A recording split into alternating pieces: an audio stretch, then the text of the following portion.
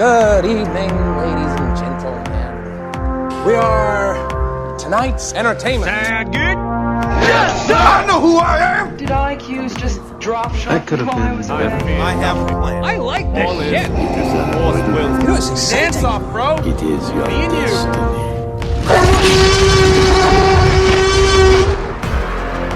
Welcome to the Atlantic Screen Connection podcast. Let the games begin.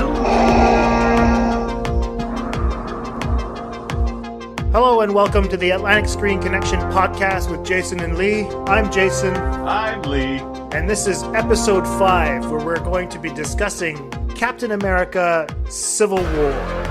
And you know what I did this week, Lee? I'm gonna guess it was something not to do with robots. Exactly. I did not watch Mr. Robot again. Oh, dude, the world will continue to be perplexed by your hate for this show. I don't hate it now. It's just a running gag with me because I have no intention of watching it. Like I said, I got through the first 4 shows. I keep advertising for it. Yeah, exactly. Maybe my hate will be fueling someone's love. You know how a relationship works sometimes? Yeah, I think deep down someday you'll admit to yourself you were wrong, and then you'll go back. You'll have this sweet little spot for Mr. Robot. You know, and I'm looking forward to that day. But for now, nope. Well, another week went by, and I watched another week of the Great British Bake Off. Actually, we're 2 weeks later than our last episode because we've caught up on ourselves. So I'm actually 2 episodes in, 2 cakes and breads and stuff. There's nothing interesting to say here. I'm just keeping this going. But what is it that you find attractive in watching people make cake? I don't find the making of it attractive at all. In fact, it's incredibly stressful. I find the results nice. Okay. I find the judges are funny, and I find the overall tone of the show very relaxing. So on a night after work, I'll have a drink. I'll sit in the living room with my fiance, and we'll just watch people bake shit for a while, and it's super chill. Ah, that makes sense. Yeah. What trailers have you seen, Jason? I saw 2 trailers this week, and I'll start with the one that most people would think that I would hate, but I actually enjoyed. I saw the new trailer for Underworld Blood Wars. What year is this? Exactly. I'll be honest. I'll come flat out and say it. I'm a fan of Underworld. It's a guilty pleasure of mine. I know that there's stupid movies. I know that I'm being judged right now. Well, you know what? It doesn't matter. You guys have some dirty laundry someplace lying around as well. Did the trailer really sell you on? I didn't care. There was noises. There were werewolves at one point. Kate Beckinsale's back in black, which is fantastic. And so the story looks pretty simplistic. You know, Selena apparently is going to be the one that brings balance to whatever the hell blood or to the vampire community. You have to tell me. I have no basis in this fucking universe at all. Oh, well, whatever. I liked the first one. The first Underworld was fun. It looked like, you know, the Matrix with vampires and werewolves. And then after that, like, everyone hated Underworld Evolution, the second one. I thought it was fun. Michael Sheen was in it. He was pretty cool. And so we all start somewhere. He was also in Twilight. Yeah, you're right. Shit, I had forgotten that. In the first one? No, from the second one to the end. Oh, there you go. That's why I didn't see him in Twilight. Yeah, exactly. He really committed himself to that franchise. It's insane. Yeah, anyway, so that's it. I'm looking forward to Underworld Blood Wars. I couldn't care less about the story. It's going to be a spectacle. Everything is going to have this light blue tint. Everything is shining in the moonlight. End of the world / early 2000s. Yeah, let's see now. Moving on from Underworld to Blood Wars, we're just going to Flat Out Wars with Hacksaw Ridge. And Hacksaw Ridge is by someone, it was directed by someone that Lee and I have decided not to call by his real name because we don't want to upset anybody. So his name is Jel Mibson. The posters don't tell us who it is, so we can only assume director of Braveheart and Passion of the Christ, Jel Mibson. Yeah, so Jel Mibson is going to be the guy we're going to be referring to in order to censor ourselves without necessarily having to censor ourselves. So if you're out there, Jel Mibson, we got you back. Oh, yeah. And so, so Hacksaw Ridge, directed by Jel Mibson, stars Andrew Garfield as a guy who's apparently a hero. I'd never heard of this man, who apparently went to war, saved over 50 or 60 people, and he didn't carry a gun at all. He was just wanted to be a doctor, and there's something honorable about that. But apparently, well, from the trailer, he seems to get his ass kicked quite a bit. But there's a certain amount of honor that comes out of this because they gain the respect because he ends up saving, a shitload of people. I mean, so I don't know. You know what? The story itself looks okay, but from what I could see, John Mibson back behind the camera looks fantastic. The images are stellar, and it's something we've grown accustomed to from this very, very, very talented director. Yeah. So I'm looking forward to seeing it. Like I said, I mean, Andrew Garfield looks like he's going to be setting himself up for an Oscar nomination, and I think it's deserved. He looks great so far in the part, and I was like, all right, fine, I'm on board. I want to see this movie.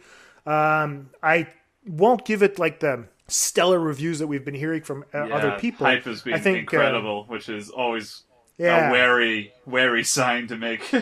Yeah, I'm just looking forward to seeing a really good movie, and from what I've seen in terms of the cinematography, and I think that it's about time we get some of this guy's work again. So I'm looking forward to seeing it.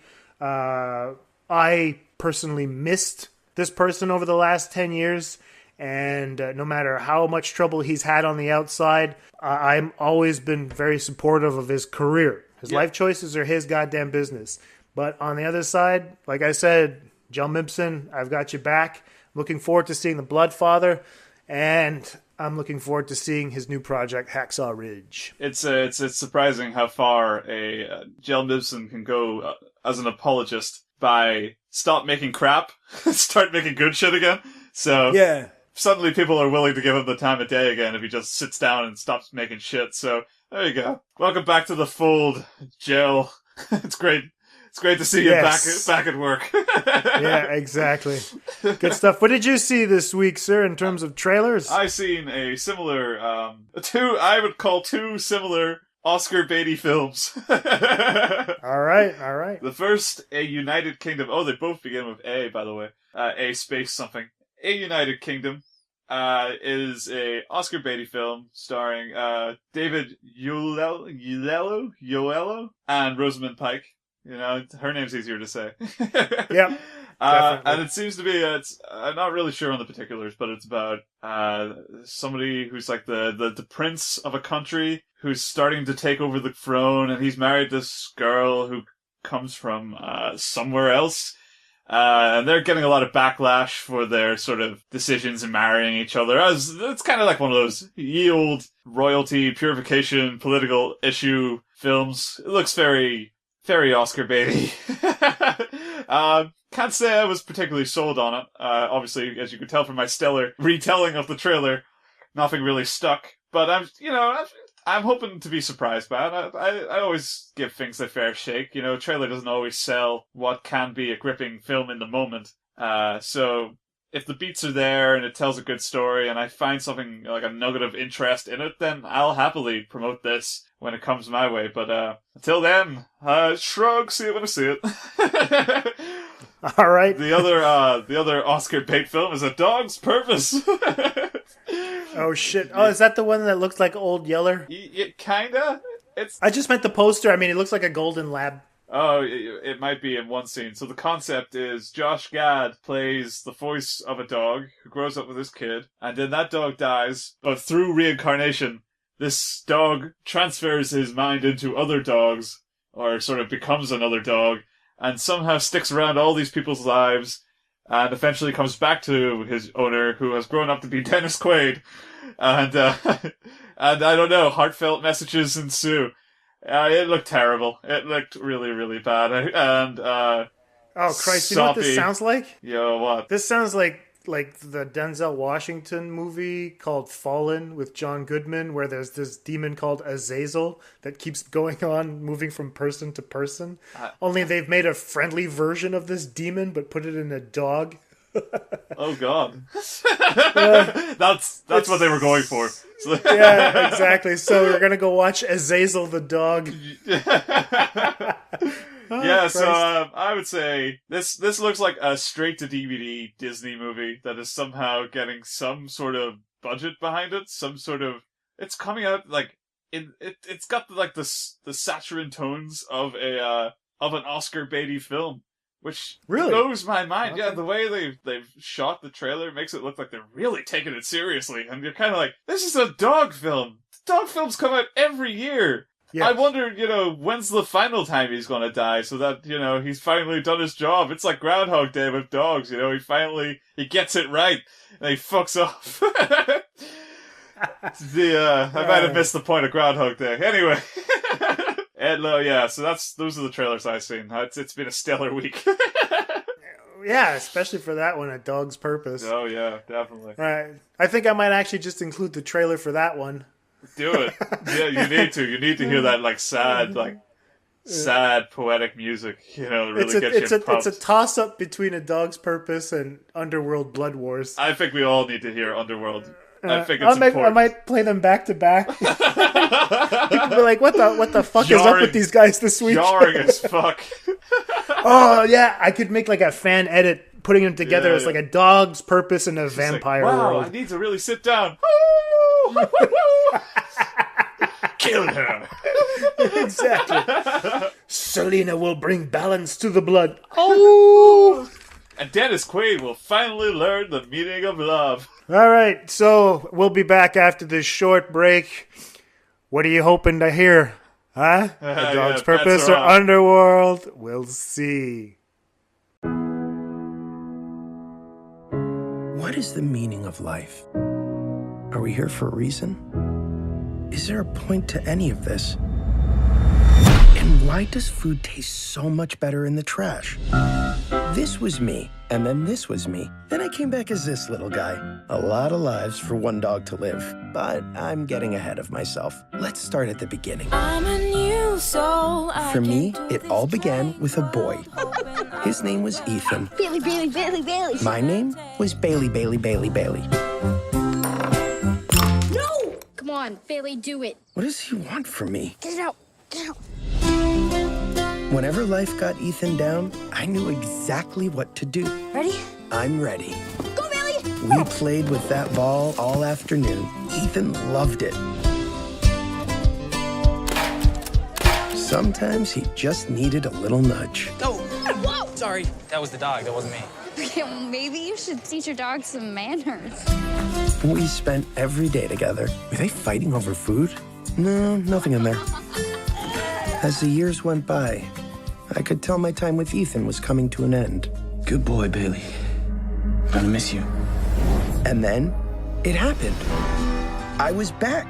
I didn't have I'm a girl? Good girl, good girl. I had a new purpose. I was needed again. And again. And again. Hi, you! With each new life, I was learning a new lesson. Have we met before? Where did you find that? Okay, ready? Go!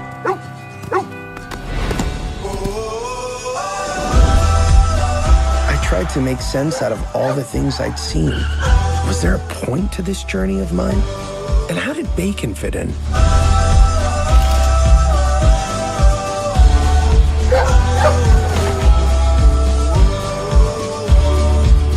If I can get you licking and loving, I have my purpose. Ethan, why do you always have this dog with you? It's like a girlfriend replacement or something? The dog's laughing at you. Dogs don't laugh. That's funny. And welcome back. So we're on to our segment about what we watched this week. And this week, we're going to turn to Jason. You tell me what you see. I saw three movies this week. And I'll start by saying that I watched Pop Star, Never Stop, Never Stopping, the Andy Samberg and the Lonely Island vehicle. Yeah. You know what? I had a really fun time watching it. It's about a guy called Connor whose solo album is kind of failing on the music charts. And he finds himself in need of his friends that he's neglected for years. It's kind of interesting. It's a mockumentary about pop star life. They take jabs at like everyone from Britney Spears to Justin Bieber to Mariah Carey. You know, everyone's getting a handful of shit just slapped across their face. And I caught myself really enjoying the film. if I could put it very, very simply, it feels like this generation's Spinal Tap. Yeah, that is simple. It's very simple. I mean, that this guy is clearly not, he's not the sharpest tool in the shed, Yeah. And so, yeah, but anyway, I mean, the performances are fun. I mean, I like Andy Samberg. I think he's a fun, witty guy. I like him on Brooklyn Nine-Nine. I enjoyed the other mockumentary he put out called 7 Days in Hell, where he plays tennis against Kit Harington. I thought that was really funny. Never heard of it. And so pop star, never stop, never stopping. Lasts an hour and a half. You guys are going to have a fun time. It's really stupid, but at the same time, it's a fun stupid. Is the kind of stupid I can get behind. Yeah, cool. It only just came out in cinemas, I think, over here in the last week or two. So, okay. If I've got time, if there's nothing on, I'd go see it. No. Rent it. Wait for it to come on home video. It's a Netflix. Oh, yeah. Wait for the tombstone to show up on Netflix. Let's see, what else did I watch? I watched a kung fu movie. I watched Ip Man 3. So Ip Man, IPMAN, so that people can understand what I'm saying. And yeah, this is the third movie starring Donnie Yen. Mike Tyson happened to be in this one, so I was like, two guys I enjoy. So I'm going to sit down and watch this. And it's really not that complicated of a movie. I don't tend to watch these for the story. Although this one, there's a bunch of gangsters that are screwing up a part of a neighborhood that happens to be near Ip Man, and no one's doing anything about it. They feel kind of intimidated or bullied or whatever, and so Ip Man decides to take a stand, and then there's lots of kicking and breaking of things. All the good parts punching. Start happening. Exactly, all the good parts start happening, and then it ends up, Ip Man fights Mike Tyson, and there are funny, clever moments in it. But, like I said, I don't watch these for the stories. I watch these for the action involved. Yeah. And if you're looking for a fun action kung fu movie, Ip Man 3 is a fun ride. It's nothing more than a fun ride. I like my straightforward action fills. Who knows? Yeah, absolutely. My last one, I watched a documentary on Netflix called Holy Hell. And it's a documentary about a cult in the U.S., like in West Hollywood during the 80s, led by this weird guru called Michel. He's like a Speedo-wearing strange guy. It was directed by a guy called Will Allen, who happens to be an ex-member of this cult. They don't want us to call it a cult, but a cult's a cult. Yeah. And when you see a cult, it's a cult. I feel... I like watching... Careful now. I'm going to be very careful. Actually, you know what? No, I won't. I won't be careful at all. I like watching documentaries like that. No. I'm curious because all these cult things revolve around like this one question is like, what's the meaning of life? What's the meaning of life? What's the meaning of life? Of course. And if I can allow myself to just speak freely for a minute, there is no meaning to life. Get over it. Oh, these poor listeners. They just came to hear some fucking movie talk and now they're being told life doesn't matter. It doesn't. And that's why I like watching these cult movies, because I always feel like the more of these movies that I'll watch, the more I'm going to understand a little bit more of the psychology involved in people who get into these things. Because I don't get it. I don't get like the this people being drawn to these figures, It's a very interesting look at this cult that I had no idea existed, and I was really invested in this documentary. Yeah. It was well done. It was really good. I'm a very curious person. I like trying to understand what pushes people to be drawn to these types of things. And Holy Hell didn't really give me any answers, but it was a damn good time watching the movie. So I recommend it, Holy Hell, on Netflix. My girlfriend got uncomfortable. She stopped watching it. She was like, I can't watch this. I can't watch this because it's just too strange. I don't get it. Yeah. But so anyway, if you're looking for an interesting documentary on cult life, Holy Hell on Netflix, it's worth your time. You won't regret it. Okay, cool. Documentaries, tick. Cults. I've seen. Did you ever see that one? I think it came out last year. Was it Going Clear or Staying Clear? Yeah, man. About Scientology. Yep. Same thing. Fascinates me. No good answers, but it's a great insight into how people get lured into these things and what they do to convince themselves that this is important to them. And you kind of get it from their perspective. You don't want to get it. You definitely feel sorry for them. But, you know, it's always fascinating when you kind of just how the brain works and how people in certain scenarios can be taken advantage of. And it's very sobering kind of watching this kind of stuff. And cult documentaries are a bit of an extreme way to sober up about humanity. But yeah, it's one of those. It's just one of those things. Oh yeah. Yeah, well, to us, I mean, maybe not to them, exactly. obviously. The people that are going through it seem that they're going, you know, they see it very differently. Definitely. But, you know, it always comes off as a little odd to me. And I mean, the one that you're talking about, Going Clear, I mean, Alex Gibney knows how to shape a documentary. I'll give him that. Yeah. Although the one that he did on Steve Jobs, Man and the Machine, was a little bit, you know, kind of looking for trouble.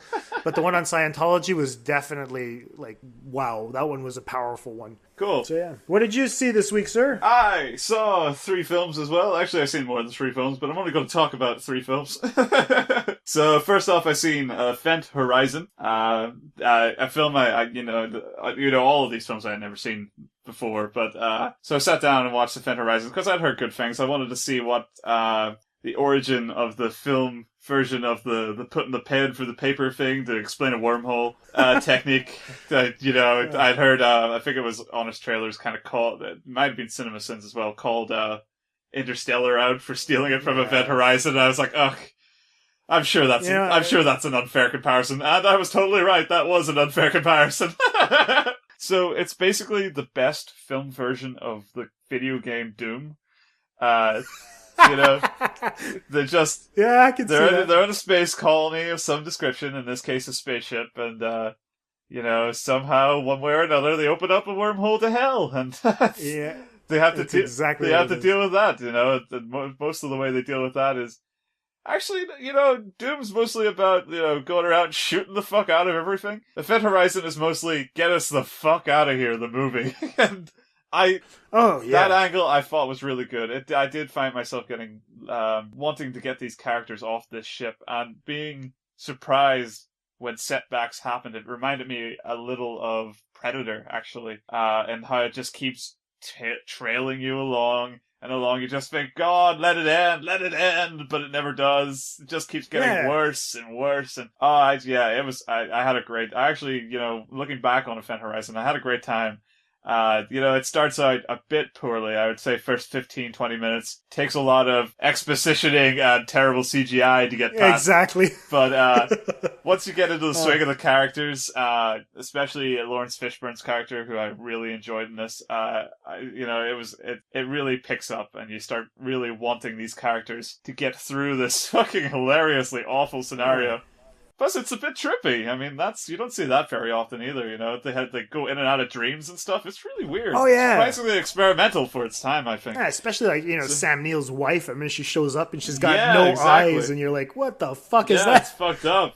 Every left corner that guy takes, he's in another world. It's fucking hilarious. Oh, yeah. So, I'd recommend if you've never seen it, and you can do a little bit of a spookier film, because it's a bit creepy, Event Horizon is definitely one to sit through the first 20 minutes of and then enjoy. I just want to warn the listeners, this movie is going to be 20 years old next year.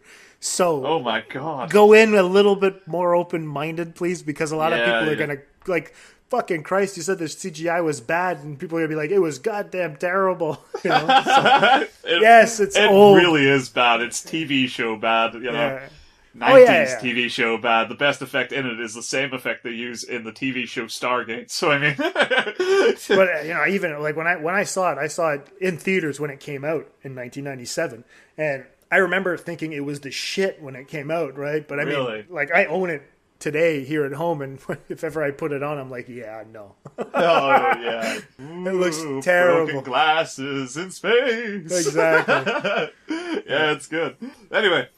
Second film, I watched Sicario for the first time. Yummy, yummy, yummy. Keep going. Yes, I'm a little embarrassed that I never actually got to see Scenario? A little embarrassed I never got to see Sicario. In fact, I think in our first episode, I made a mistake and said, like, the last 2 Denis Villeneuve films I'd seen were both great. And I was referencing his latest films. I had not seen Sicario. I was actually referring to Prisoners and Enemy that I had both enjoyed. I had never seen Sicario, which came after those. And Yeah, but I finally watched it. I sat down and watched it the other day. Man, what a fucking film. It's just... Yeah. It's crazy. It's just, it's the same feeling I get when I watched, even this year when I watched, Steven Spielberg's BFG, just when you know you're in the hands of a capable director. Right. You know, just when you know someone's about to do shit with the story they're given. But everything in this film screams at you that everything is unsettling and horrifying about what can often be quite quiet and boring scenarios for long portions of the film. It's not gun-toting action, you know, it's a lot of quiet character moments, a lot of internal, conflicts, and a lot of general disdain, especially in Emily Blunt's character. She's fantastic in this film. She's just pain-stricken about the entire scenario from start to finish, just trying to figure out what the fuck is going on. Oh, yeah. Her character's journey, it's almost a shame to see it take, at the last 20 minutes, a backseat to this kick-ass action film. Fucking, what do you call it? Benicio del Toro. Benicio del Toro, yeah, you know. Although that portion is fantastic as well. Oh, Jesus, yes. It's just a great film from start to finish. It's just one of those ones I know I'm going to put on and watch over and over again. It's fucking Roger Deakins, man. That guy. Isn't he fantastic? It's incredible. What he does with cameras and setups and fucking imagery, I have no idea. It just blows my mind. Every film, I just know, like, I had a feeling, because Enemy wasn't Deakins, I just went into Sicario expecting this to be somebody else. And then from, like, the first shot, I was like, oh god, it is him. It's gonna be okay. It's gonna be great. Yeah. I'm just amazed that, you know, like you said, I mean, all the performances are fantastic. Emily Blunt is great.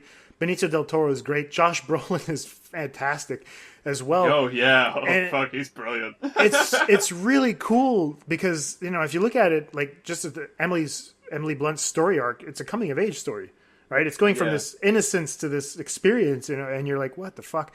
But like you said, like, Roger Deakins, what? Jesus, man, this guy can shoot. Fuck, he can shoot. It looks great. Yeah, man. And he makes what are somewhat, like, very niche, very purposely told, scripted segments seem somewhat all-encompassing. Yeah. You know?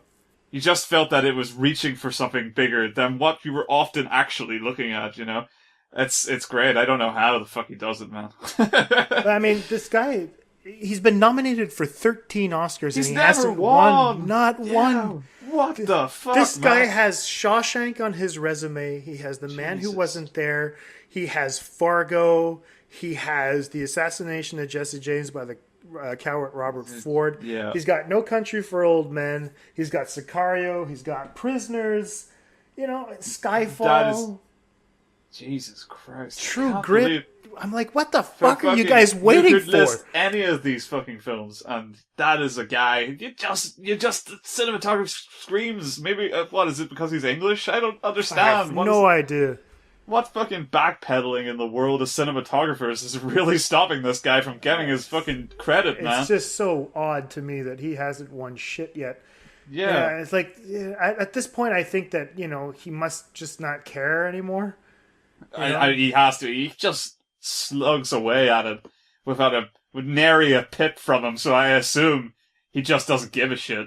Anyway, I'm hoping he's going to be nominated this year for Hail Caesar. Oh, well, I'd be surprised. Wouldn't it be the most awesome thing if ever he won for that? It would be great, although, you know, you ever feel that sort of fatigue when you win for the wrong thing? Not that Hail Caesar is in any way Are you talking wrong. about It's Martin Scorsese? Hadn't even connected that dot. Scorsese. Let's depart from this conversation. Oh, yes, we should depart from the conversation. Right, so I'm going to pull into one more film. It was an indie film. It came out, I think, last year. It's called Me, Earl, and the Dying Girl. I'll keep it kind of short in this one. I had no expectations going into this. I just saw it. I wanted to watch a film with my fiancée, Maria, and sort of looked at what was on and kind of saw it there, and it was like an indie soppy drama, and I was kind of like, you know what, I haven't seen one of these in a while. I like indie films, and I always feel like we should watch as many indie films as we can. So let's put this one on the credit list. Sit down and see it.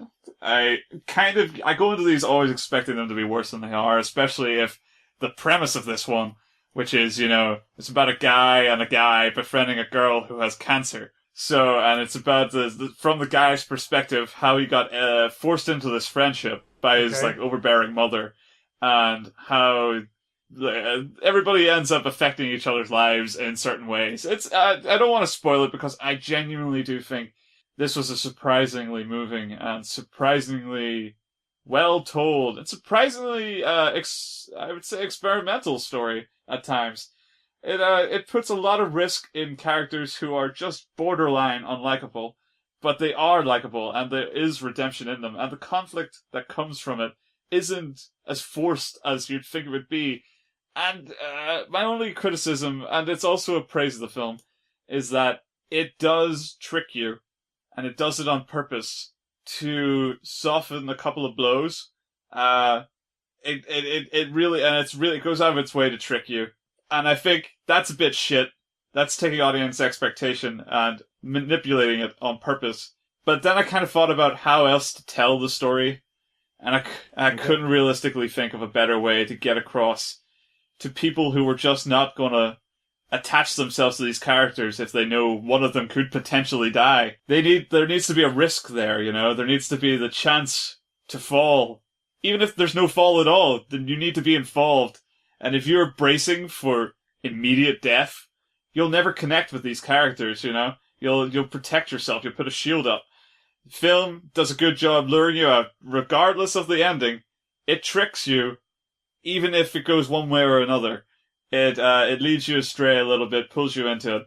And I think it was the smarter choice. And I think the film gets away with it just because it genuinely had a punch to make, It was a surprisingly strong film. Great performances. I would love to see more from these actors. And the director, I don't know, I don't think I've ever seen any of his other work.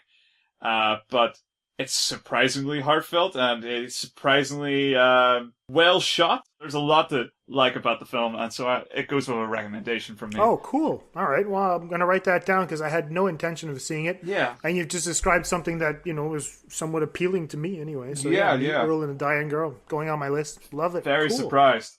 Anyway, it is time to focus on our next segment. Yeah, it's time to see what we thought about Captain America Civil War. Were you Team Cap or were you Team Iron Man? You'll find out after these words.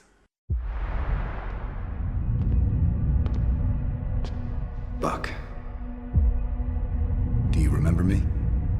Your mom's name was Sarah. You used to wear newspapers in your shoes. You're a wanted man.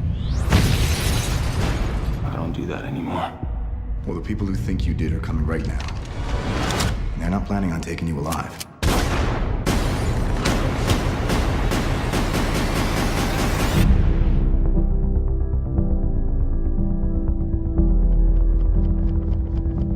Captain, while a great many people see you as a hero, there are some who'd prefer the word vigilante. You've operated with unlimited power and no supervision. That's something the world can no longer tolerate. I know how much Bucky means to you. Stay out of this one. Please. You'll only make this worse. You saying you'll arrest me? There will be consequences. Captain, you seem a little defensive. Well, it's been a long day. If we can't accept limitations, we're no better than bad guys. That's not the way I see it. Sometimes I want to punch you in your perfect teeth. I just want to make sure we consider all our options. Because people that shoot at you usually wind up shooting at me, too. You know what's about to happen. Do you really want to punch your way out of this? What do we do? We fight.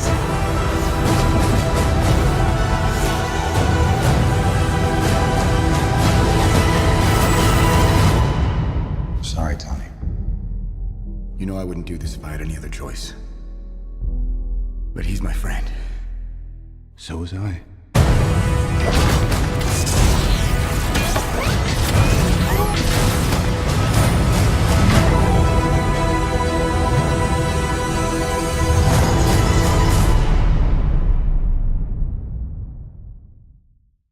Welcome back. We hope that you guys enjoyed the trailer you just heard for Captain America Civil War, which is going to be the subject of episode 5. And just before the break, Lee was asking me, am I Team Cap or Team Iron Man? And I'm going to just throw that question right back at you. You fucking cheat. Well, you want me to answer the question? Go for it. Yeah, no. What about a 3-2-1 and then we'll say it? Okay. You have to pick a side, though. You can't say middle ground. Ah, motherfucker! Obviously, we're middle ground. Okay. I'll tell you right now. If I can't choose middle ground, then I'm going Team Cap. I am the same. I was Team Cap. Even though, in a realistic sense, that was probably the wrong choice to make. No. I disagree. No. I disagree. But we'll get into that. And we could disagree why. We could talk about that a little bit later. The real politics. Yeah, exactly. The real politics behind the movie. Sure. Or the lack thereof. So, as you guys know, the Blu-ray is out. Came out on Tuesday and over in the UK. Disney is paying us. That's the catch. Yeah, Disney is paying us. I so wish. So, yeah, I mean...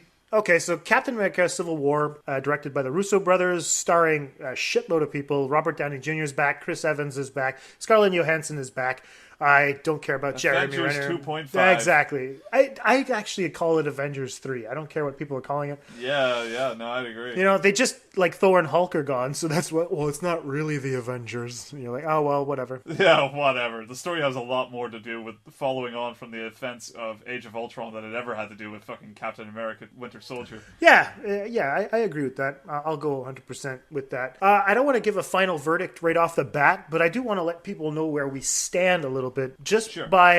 I'll just ask you, did you enjoy the movie? I did. On Big Picture Reviews, I actually reviewed it a B+, which is relatively positive, Yep. Okay, so it kind of underscores the fact that, I don't want to give a final grading. I have done, a couple of months ago, I have definitively graded where I stand on this film. Right. But I have obviously a lot more to talk about it. Even my review at the time, it went into a lot about the nature of sequels, more than it did ever the actual subject matter of the film. I wanted to I used it as a sort of platform to discuss expectations with regards to sequels. I didn't really want to discuss Captain America Civil War because I didn't know how to... It's not that I didn't know how to feel about it. I just didn't feel about it, Well, see, that's the thing. You're pointing out something interesting because we came to the same conclusion that we enjoyed the movie, but there was also something underneath that we couldn't quite put our finger on. Yeah, there was something that kind of makes you say B+.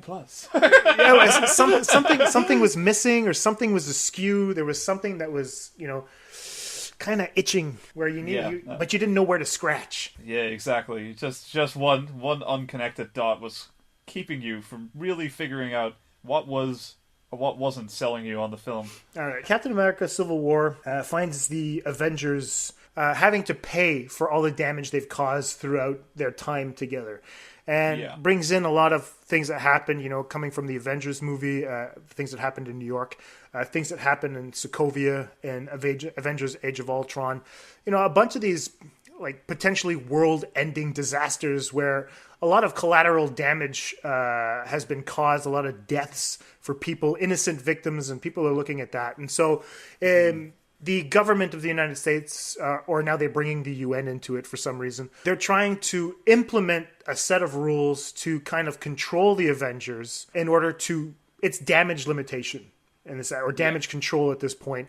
And once the so-called Sokovia Accords are put on the table, we have Captain America on one side who disagrees and Iron Man on the other who agrees to sign the Accords, and then conflict ensues. Now, the reason for this conflict is a bit strange because for Tony, for Iron Man, it's personal and Captain America is more ideological. I mean, like, initially at the table when they're having the conversation, it comes off as personal versus ideological. Yes, you're right. You're definitely right. At the start of the conversation, it's definitely Tony looking the more emotionally worse for wear. And I mean, Cap does get an equivalent unnecessary emotional sort of connection thrust upon him in not as you would expect with Bucky re-entering the picture, but actually with Agent Carter dying off unnecessarily in this movie. Two bullshit things just come out of nowhere to affect these characters. It feels like those parts are overselling what we already know is happening with these characters. So I kind of just want to wipe that slate clean, not really think about it, because Iron Man at this point, because we know this is a sequel and we know we're following these same characters throughout these adventures, right? We already know where Iron Man is. In Iron Man 3, the guy is a paranoid wreck.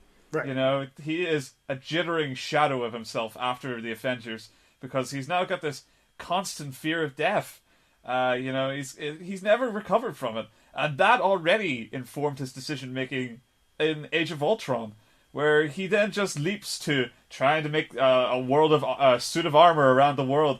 He's starting to freak out and try to protect everybody all at the one time. He's starting to become ideologically emotional in a sense that he's brought his emotions into his decision making. And it's funny, and it's an interesting thing, because that's what he accuses Captain America of, and initially he's wrong. Mm-hmm. You're right at the start. Initially he's wrong. Captain America opposes it because he thinks it's the wrong thing to do at the time, given the facts.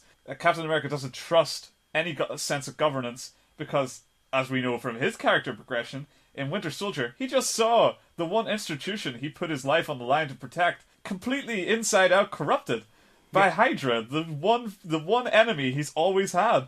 You know, so he's immediately distrustful for good logical reason. Yeah. Why not to put all his faith in other people telling him what to do? And he can't seem to get that across to Tony, who's thinking more emotionally. But as the film progresses, they both find an even footing in that they are both emotionally wrecked people. You know, just completely incapable of making rational decisions or even sitting down and having a conversation that really goes anywhere. And I don't know how much of that's to do with the writing. Yeah, okay, good. I'm glad you're bringing that up. Continue. Yeah, I don't know if it's how much to do with the writing's forced conflict into the narrative, or if it's actually an interesting progression take on where these characters are and where they'll be by the end of this narrative. But I think that emotional bedrock as a narrative taken apart from the film does make sense. And it's something I kind of keep coming back to and going, yeah, I like where they go, where they start off, and I like where they end. It's just everything else that muddies that for me. Yeah, and I'm going to agree with you there. I think a lot of it, in my opinion, even if I did enjoy the movie, what I thought was wrong was essentially that it's not the characters' arcs that are the problem. It's how the arcs are developing within Civil War that I thought got a little bit, how can I put it, muddled. Yeah, distracted. Yeah, okay, that's a perfect word. They got distracted because I feel that Civil War does try to tackle certain themes and issues with some form of depth. But I can't help but feel that they're only scratching the surface of the message that you're trying to send. Absolutely. I kind of am blaming the Marvel formula for that. Oh, interesting. Marvel has made a name for themselves for not taking themselves too seriously, right? Yeah. And they kind of broke that promise just a little bit with Civil War. Now, I understand that we're in the middle of this. Okay, this is like their Empire Strikes Back or their Temple of Doom or something like that, you know? Definitely. And I get it, okay? But the themes that they're trying to get at, I feel like the Russos are saying to us, well, we've got something to talk about, but Marvel won't let us. Yeah. And it's a bit sad. I get you, definitely. And that's why when you're talking about like the personal development of the characters, when you find Iron Man at the end of Iron Man 3, where he's completely like, he's become paranoid. He doesn't know what the hell he's doing, even after the events of Age of Ultron, which to me was a poor movie anyway. But at the same time, you understand where he's coming from. He's created a monster, right? So it was basically, it was a retelling of the Frankenstein monster in a sense. Yeah. And, you know, even at the end of Captain America, The Winter Soldier, we kind of understand that there's this loyalty that Cap has towards Bucky. And, you know, because Bucky used to stand up for him, like, it goes back to the first Avenger, the first Captain America movie. Yeah, yeah. And not only that, Bucky kind of is the only person left from the time he was supposed to be alive, right? Yeah, exactly. He needs that. It's his last connection to home, especially after Agent Carter dies. Yeah. And it's very interesting because when we go a little bit farther and delve into the themes that they're trying to attack, I really dug the political side. I liked, because when we were talking about it on episode 2, when we were talking about overhype in movies, you said that Captain America Civil War did a great job on nuance. And I agreed with you that they did do a good job on nuance, but you did continue by saying, but they don't do anything with that information, right? They just kind of That's right. put it out there, and then after that, you're under the impression, well, they're like, well, we've got all these politics, you deal with that, and we'll throw in an airport scene where people are beating the shit out of each other to distract you. Yeah. So anyway. It's absolutely true, because that's the thing. While I say that I feel the best part of this film is its emotional bedrock and the arc of the characters that they inevitably do tell, the political draw over the top of it is what makes me actually interested in Civil War. Exactly. It's the thing that I wanted to see, and it's the thing I wanted to see done well, more importantly. And that's why it's the biggest problem with Civil War. Yep. It's not done well. It is done. It's done okay. In fact, it exists. It doesn't destroy the narrative, you know. We're not looking at a scenario where, you know, like I said, that emotional bedrock that sort of relies on, you know, where the characters are and their progression as characters. It doesn't hamper it so much that we, at the end, feel cheated when they get to where they are, progress-wise. It just feels like we wasted a lot of time looking at a lot of nothing when we can't definitively say not just who was right. You don't have to say, because they are technically real explorations of real political issues. You don't have to say where you stand on these issues. Right. But you do have to have an outcome of some kind, you know? You can't just bait and switch story. And that's what they do. Yes. They lead you to think that we are going to get some clash of ideologies. And then they pull out of their hat a third completely irrelevant battle, and in this case it's Tony Stark's parents' deaths. Exactly. They pull this rabbit to lead you down a third path that you didn't give a shit about at all. You know, it was made up for this movie. It doesn't tie into anything. It feels totally separate from the main narrative, and shows up at the last minute to let you know what? Fuck your ideological battle. It's time Iron Man and Captain America fight about something emotional again. Yeah. And that makes sense for their arc, and it should have been, I feel, what the film was actually based around. Forget about the politics. But the thing about the politics is that they're so much more interesting that any bait and switch in this case immediately leaves you dejected from the finale of the movie. You feel that you've been cheated from a real story tackling real issues, because it's not tackling anything. Exactly. It's just name-dropping issues. Well, that's it. And I mean, I think one of the best instances that would highlight exactly what you're saying is that when Black Widow and Hawkeye are fighting at the airport, okay? Black Widow says, you know, Hawkeye flips her down, she slams her head on the ground or something like that, and Widow looks up at him and says, "We're still friends, right?" And Hawkeye responds, "Well, that depends on how hard you hit me." Yeah. They both get back up. Widow decides to start. She was going to kick Hawkeye. It looked like he was going to get one right in the chin. But then Scarlet Witch freezes Widow's foot and sends her flying into a truck or an airplane. And then Scarlet Witch turns and looks at Hawkeye and says, "You were pulling your punches."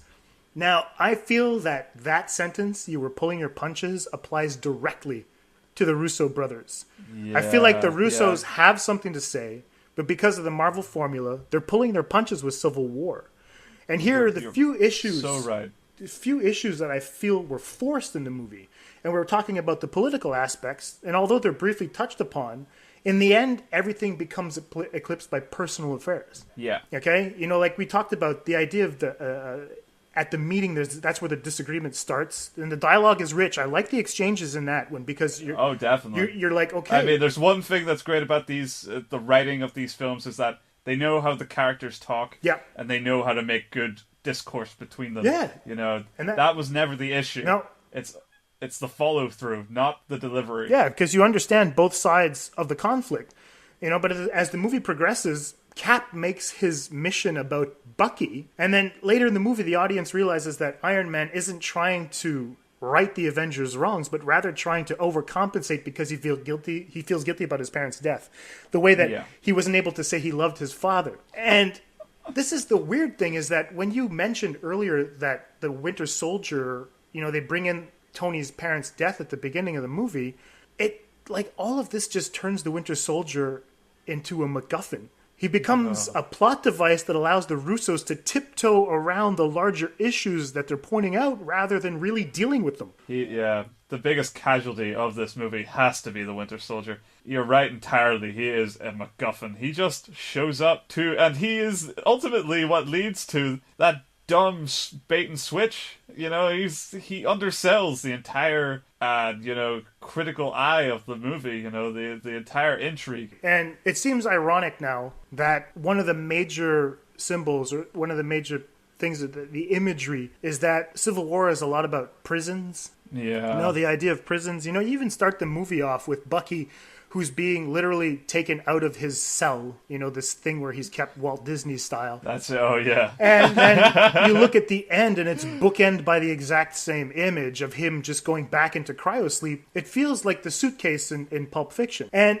it's kind of funny because these prisons, the Russos are using them very cleverly. They're peppered throughout the script. And they're going to be physical, psychological, ideological, and I wanted to bring back what you were talking about in terms of Peggy, because this is one of the few images that we have parallel imagery throughout the movie.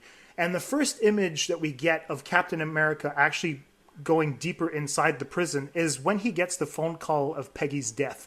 He goes into a hallway, and the shot that the Russos do is an overhead shot, and they're shooting through bars. Wow. Through these bars that kind of look like a prison cell.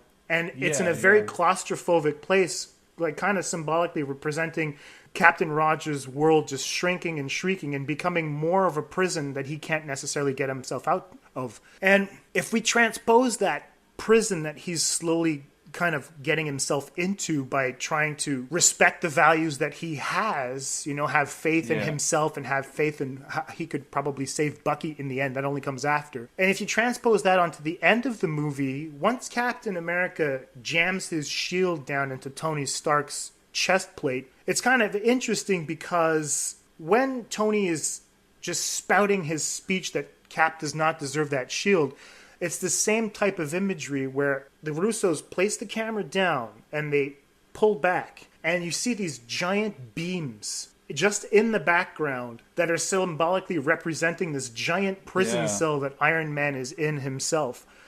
And so they have become prisoners of their own ideologies, their own motivations, the same way as when we meet Zemo at the end of the movie.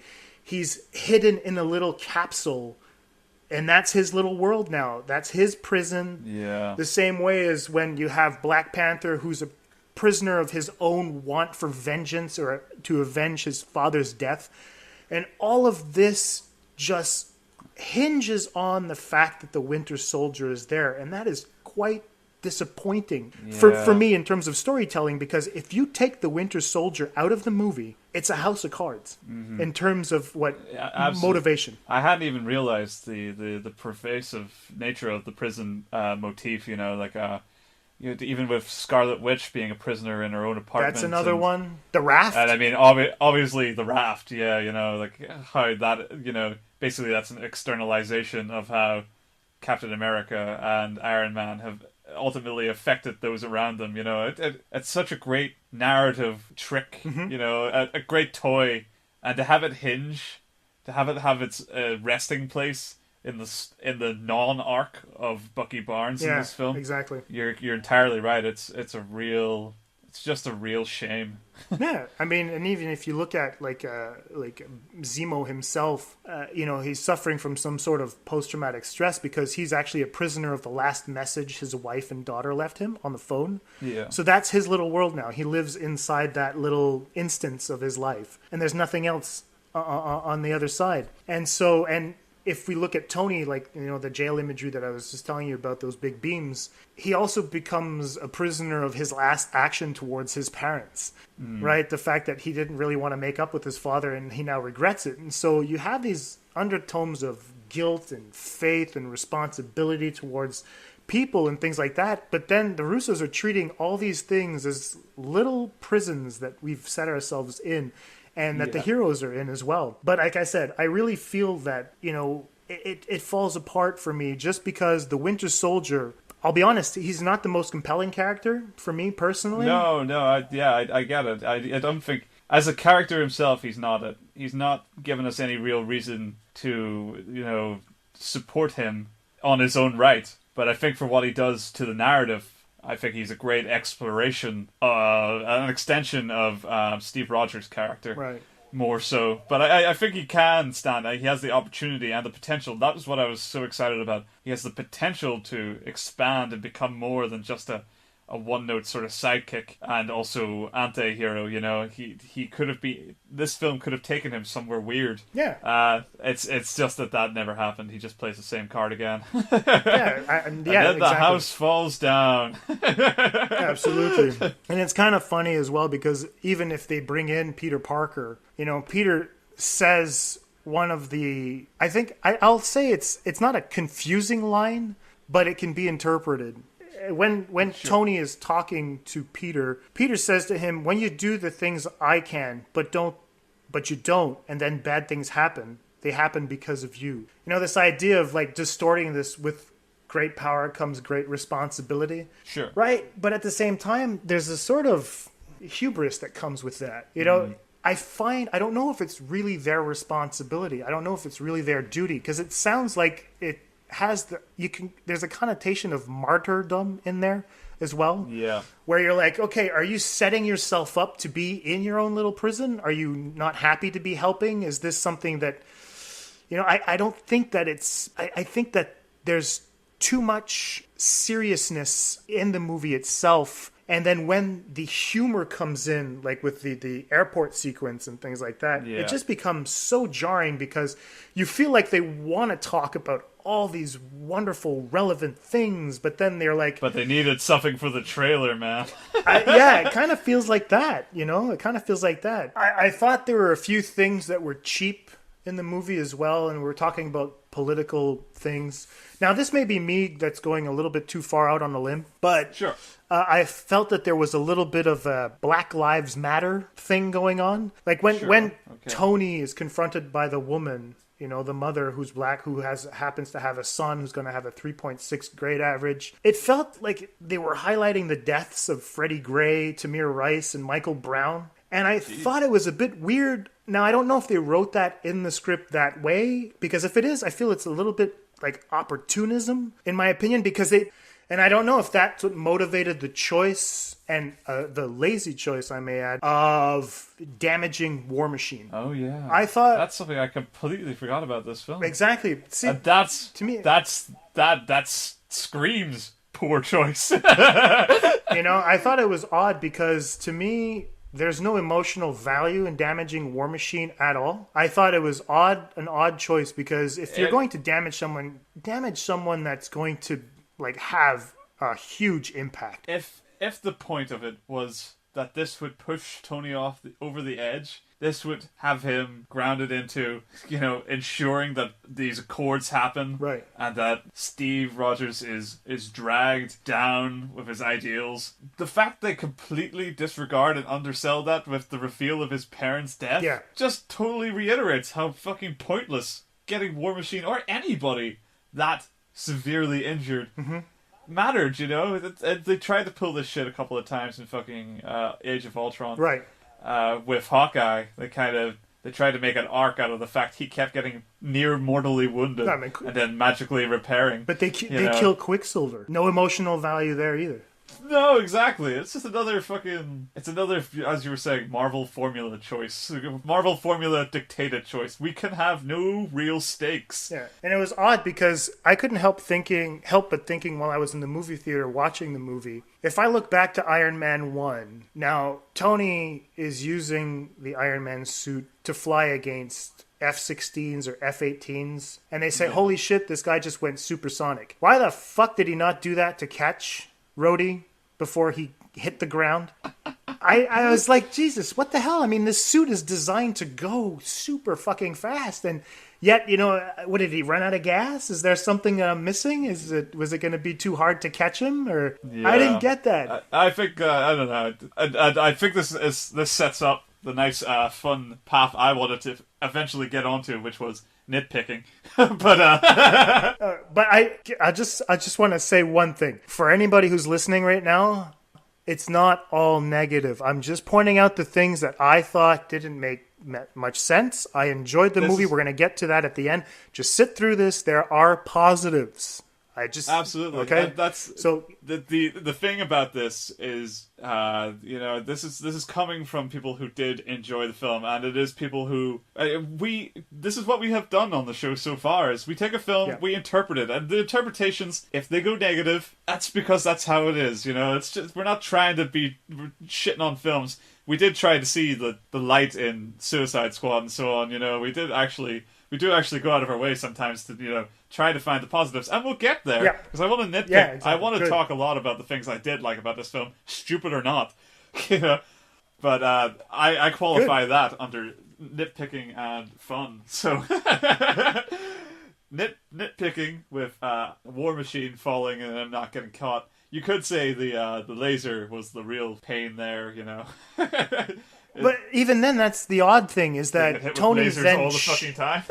Yeah, I mean, Tony then shoots Falcon for no fucking reason because Vision's the one who actually shot War Machine. So there's some sort of communication breakdown at this point. Cue Led Zeppelin. Yeah. That's the thing. If you're trying to tell a story with some serious consequences, and then you have every good guy has a cartoon battle moment, it's just not going to connect. You just know it. Looking at it, we don't want to see Vision actually kill War Machine.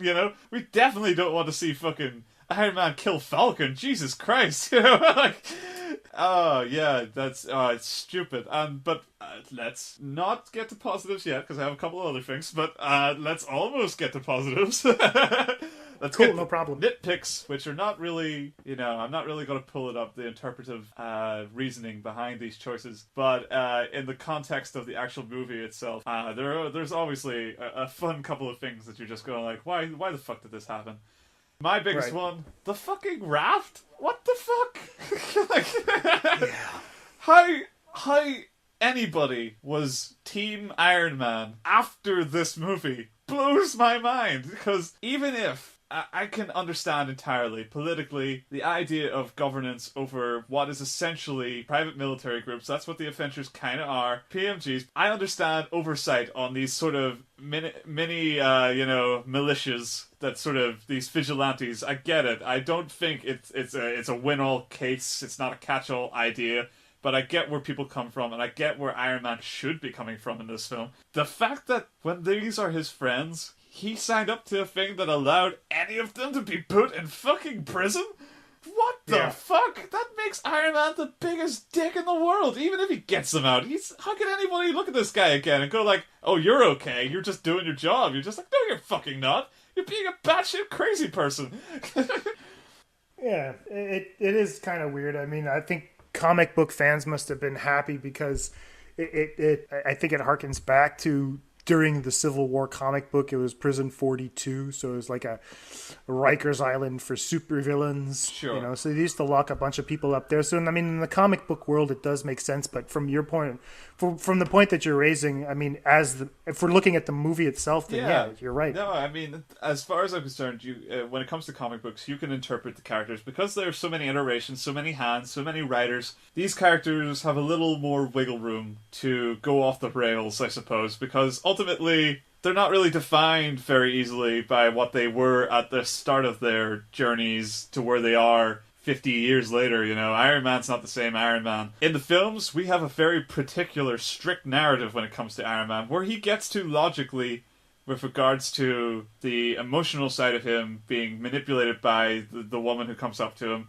by the loss of Pepper Potts from his life, by the you know, the loss of his parents, and how that kind of builds upon itself, and especially his near-death experience with the Avengers. You get where he's coming from. You kind of understand why he's being a dick. But even then, there's a step beyond that rationale. When he's looking at that suit of armor that's going to protect the world, is going to be him literally incarcerating the people he trusts the most. You're just excellent point. You're sabotaging the character. You're assassinating what he stands for. Captain America at least comes out of this film. He doesn't really change. He's lost a lot of friends for believing in what he believes in, but that's his strong point. You know, he's a guy who just knows when to call it, knows when he's on the right side, and when he's not, and sort of make those decisions on the fly. You kind of get, from his character's perspective, why he takes the maybe less politically savvy approach of believing in, you know, autonomy, you know, or, you know, that idea where you can practically make your mind up given the scenarios, you know. Where Iron Man goes, how they're going to make another film where Iron Man does a 180, you know, where he's just like, let's get the gang together, go beat Thanos. You can't just like, it's like, hey, didn't you throw me in prison? Yeah, there's going to be trust issues, that's for sure. Yeah, fuck, man. But I think that's part of the arc. I think that's part of the arc, is that this is Tony's low point, and then after that, by the time, like, Robert Downey Jr. can't make these movies until he's 60, obviously. So the only way I can see this happening is that his redemption is going to be in death at one point. And so I can see it kind of leading up to there.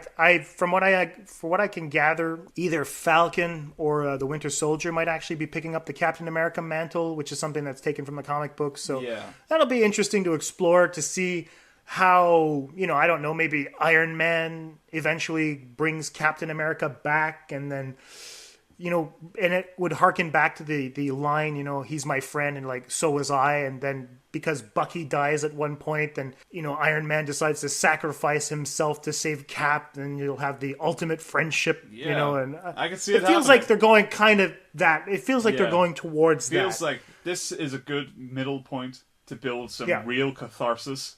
Yes. And I am on board with that. I understand what you were saying earlier about the Empire Strikes Back film. Yeah. It's true. We are at the crossroads here. All right. So let's put all our nitpicks aside now. All right. And let's get into a little bit of the positive. Yeah. So the performances, the characters. Can you see anybody else playing these people? No. No, not at all. Pitch perfect. Every single one of them. Even the characters who only have small parts in this film, like Black Panther and Baron Zemo, I thought were just incredible. You know, like I wanted to get to know these characters. I wanted to see them all be somewhere.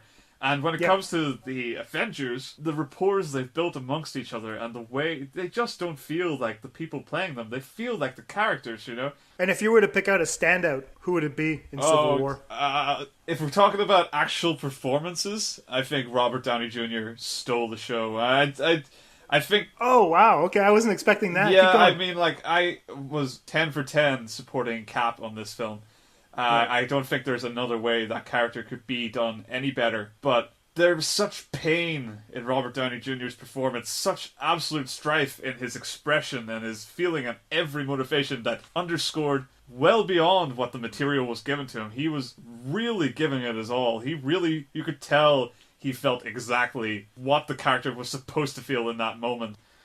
And so, would you consider that Robert Downey Jr. is a great actor, or would you consider that Tony Stark is a great actor? I'll explain. Throughout the entire movie, Robert Downey Jr., most of the time, if you look at all the Iron Man movies, if you look at the first Avengers movies, he's got quite the mouth on him. Sure. And in this movie, he seems to be more reserved. Whenever he speaks, like you said, you said that he harbors this emotion, this we'll call it tragedy to a certain extent. Sure. And whenever he speaks, there is a certain amount of gravitas in what he has to say, because you're like, okay, shit, this guy's trying to make a point. However, that one little part where I'm a little bit like, okay, what the hell is going on, is when he meets... I knew you were going to bring that up. I don't know why, though.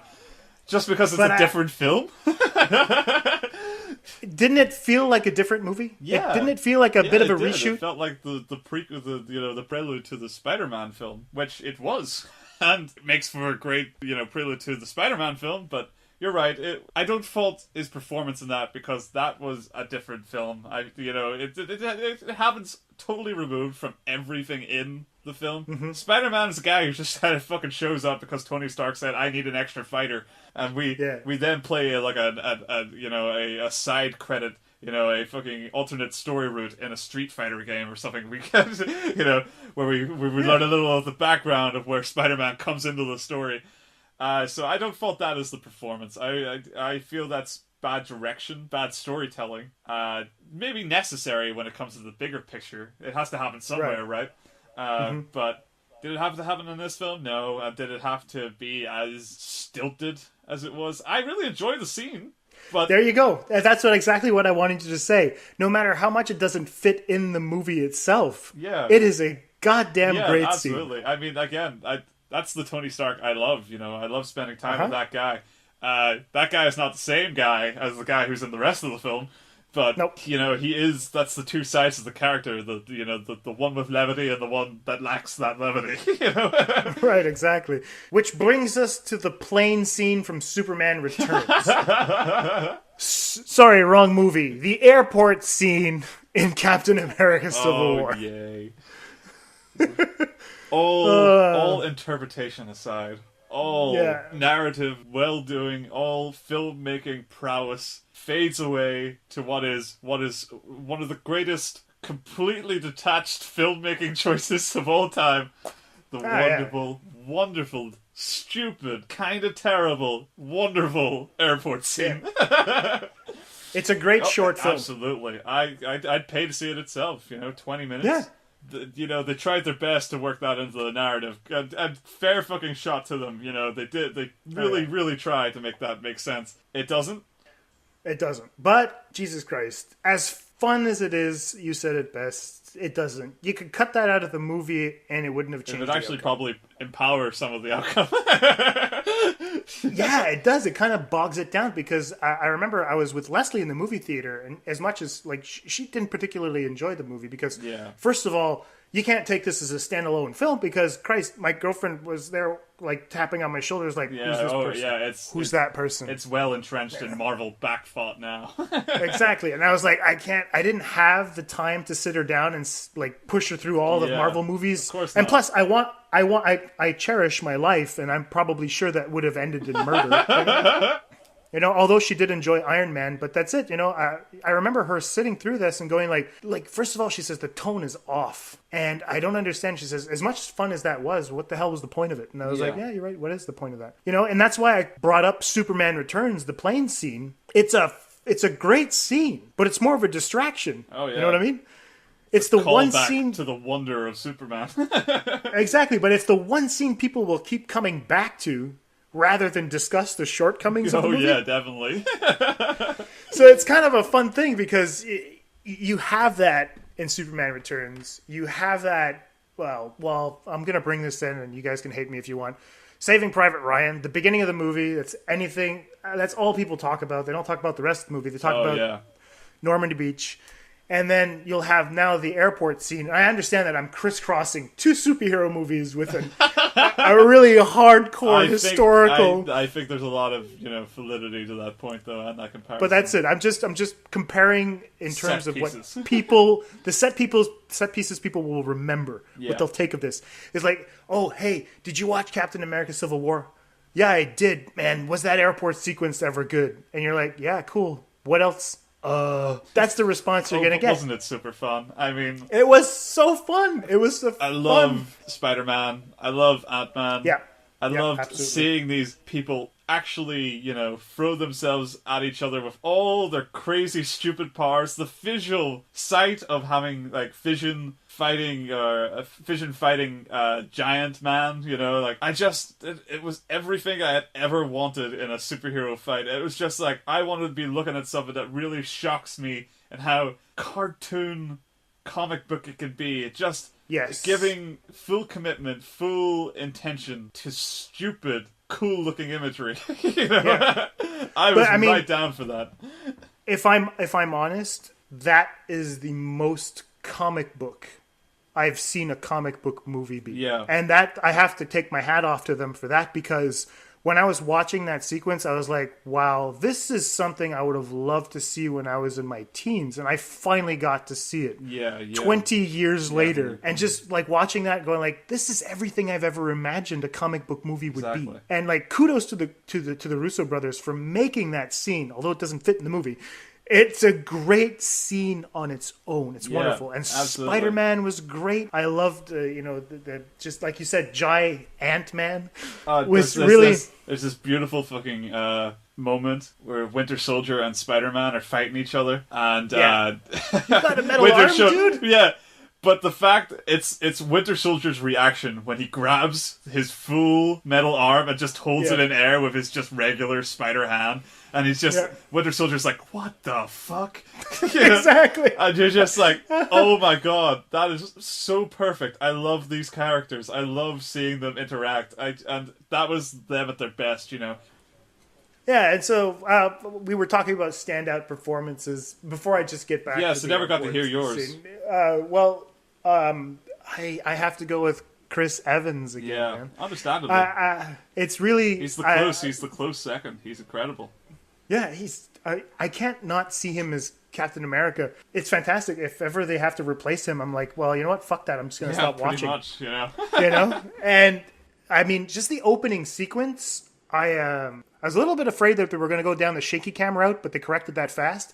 However, the scene with Crossbones, once Scarlet Witch shoots Captain America inside the building, and he's actually taking down guys with his shield. Christ, there's a sequence where he bounces his shield off the floor, bounces off two walls and hits a guy in the neck. I was in the movie theater going like, yeah, he just did that, and that was fucking cool. It is. It's better. He really continues what has been a series of excellent performances for Captain America. Yeah. I mean, I feel like some of his action was better handled in Winter Soldier. I think that we saw pretty much the exact thing we wanted to see from Captain America solo action. But his place in the Avengers is always different. His interactions with them always varied. And it's just wonderful to see how Chris Evans navigates that as the character who, on paper, it must have been the hardest sell of all the characters. He sounded like the most straightforward, the most lacking of actual personality. You know, he was built in a time as a character, as a jingoistic response for wartime, you know, like he was a necessity, not a character. To see how they've interpreted that to envelop so much of both actual human beings, physical and mental turmoil with being an out-of-place man, to see him embody that, and also embody what is a lot of the heavier tones of these movies. It is a balancing act, you know, that you just do not get from films in general, you know, not just superhero films, just films. So they struggle to find these balances, and through his portrayal, even if he's let down by the material at times, Chris Evans' Captain America just has never faltered. He's the modern everyman, you know. He's not the everyman he was touted to be, where he's the all-American patriot man, you know. He's the everyman we should be to protect our country, etc. He is, you know, he's the everyman now, in that he embodies something human, you know, something we can all understand. Even if we don't believe a lot of the stuff he believes, even if we think he makes the wrong choices, we understand how he gets to those choices. Right. And that's more important than whether we side with him or not. That's a wonderful summary and interpretation of what this guy has actually brought to the role. I hadn't seen it, and you've put it so wonderfully into perspective that you're like, wow, Jesus Christ. I agree. And I have to also kind of just like just shift a little bit and talk about Black Panther. I love Chadwick Boseman. He was fantastic. Oh yeah. It's just, for like Jesus four Christ. scenes of some of the greatest bit character performances I've ever witnessed. I just sold on that Jesus character Christ. so hard. Exactly. I mean, like, he just walks into the scene, starts talking to Scarlett Johansson, you're like, all right, I'm sold. Whoa, yeah. After his first sentence, you're like, fucking Christ, how the hell did you nail that so perfectly? Yeah, man. And I guess, I do want to kind of mention Daniel Bruhl, because I liked Zemo in this movie. Yeah, He's given so little to do. Bruhl. Yeah, I liked Zemo. I liked his character. I understood his motivation, and it's no different than Black Panther's motivation. Everything is again revolving around the Winter Soldier. Zemo is trying to use the Winter Soldier to his own end, and he's framed and whatnot. And then it brings the Black Panther in. Then it divides Tony and so you understand that like Zemo's plan is kind of overcomplicated, and it does rely on convenience a fuck ton, but I don't want to get into that too much, but trust me, you guys, you know what I'm talking about. But I like the character. I won't flat out call him a villain just because he ends up killing people. I think that he's possibly not that one note of a character. I understand his motivation. He's a victim, It's just in the same way Black Panther is a victim, We support him. Well, that's the parallel that you have to exactly, draw. and it's great, and their arcs both end together as well in the movie. It's great parallel. They bridge those together. The narrative doesn't go far enough to really give us something to really take away from that parallel, but it does set it up in an interesting way, and It's a great look at Zemo. It's a great look at at revenge in this world, Right. All right. So we're gonna have to start winding down in terms of final verdicts. I want to start with you. You said that you had given it a B+. Is there anything to end? Like, let's say on a positive note, would you recommend Captain America: Civil War? I feel that Captain America: Civil War is an important movie. It is an important movie for this time, no matter its quality, that we have to see as a society. It happens to be good at parts, it happens to be bad in parts, but as far as filmmaking, as far as social culture is concerned, how we've ended to this point, people are going to be looking back at this film, among many others, and, in comparison as well, even if it's not as good in any regard, Batman v Superman, they are both important films of this year that have to be seen for anyone interested in interpretation, in filmmaking, in storytelling, in even cultural decisions. People are going to be looking back on these films with a very, very skeptical eye about where we were in 2016 and how we got there. And that, for that reason alone, I would recommend Captain America. But also as a fun Adventures 3, it's got its moments. Good. Well, I'm glad that you brought up the comparison. I wanted to make a point that we didn't want to compare because everyone had made the comparison between these two movies, DC and Marvel. There's just too much comparing going on, and we did a good job at not bringing in those things. And I understand what you mean. I'm glad you put it. It's not a comparison I'm trying to bring here. Exactly. Yes. I also think that they're equally important because they are going to be heavy comments on the society we live in now. And even if it's 10 years or 20 years from now, these two movies will stand as monuments as to where we were and where we were heading, where we were coming from. And do I put them on equal footing? I'm not even going to start deliberating on that. I have nothing to say on that matter. They are separate movies in my book, and I am not comparing. Yeah. Exactly. I do not compare those movies at all. I take them as standalones, whatever. And so you said you gave it a B+. I kind of am somewhat along the lines of you. I give it a 4 on 5. I think that it's a movie that's very entertaining. I think that it has very noticeable blemishes, but it is a well-crafted film. And I have to say that the Russo brothers know what the hell they're doing. It is really interesting. The script, in my opinion, it wasn't all over the place, but they did bite off a little bit more than they could chew. They tried to kind of dip their toe into these themes that they didn't necessarily whether they they couldn't make them pay off or whether they weren't allowed to make them pay off. Either way, the film stands as the film it is, and ultimately there's a lack.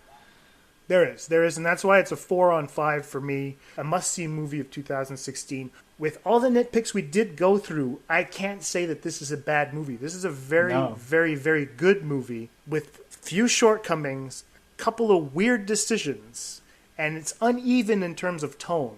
But I cannot say that this is a bad movie. This is a really, really well-crafted movie, and I recommended it 100%. Excellent. And so, I don't know. Do you have anything else to add on Captain America Civil War? I am excited for Doctor Strange. There's more of 2016 to see, so let's have fun. All right, cool. All right, so that's it for episode 5 of the Atlantic Screen Connection. I hope you guys enjoyed it. Please leave comments. We're looking forward to interacting with you guys. Let us know if you guys were Team Cap or Team Iron Man. I'm Jason Michael at film_faculty on Twitter, and I run the Film Faculty website. We've got new writers now with David Hart at PC at Pop Culture Case Study, and we also have Ashley Davis from the Best Friends Forever show on YouTube. Be sure to give them a shout out.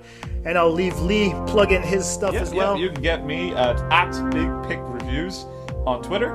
We're doing pretty well there, and I'm pretty active on it, so if you send me any messages, I will say hi. And also, if you can check out bigpicturereviews.co.uk, there's at least 4 or 5 of us throwing reviews at the wall for most of the recent stuff. So check that out. You'll see more of this highly interpretive crap that we're going through. Excellent. That's it for us for this week. We hope you guys enjoyed this. Let us know in the comment section. Please comment on the tracks on SoundCloud. I love the fact that people are starting to interact with the tracks, leaving comments on the tracks. Fun. I love that. Let us know if you disagree at certain points during this review, and we're going to see you next week. We have no idea what we're going to be talking about, but we'll get back to you soon. Take care, ladies and gentlemen. Have a good night. Bye. Bye-bye.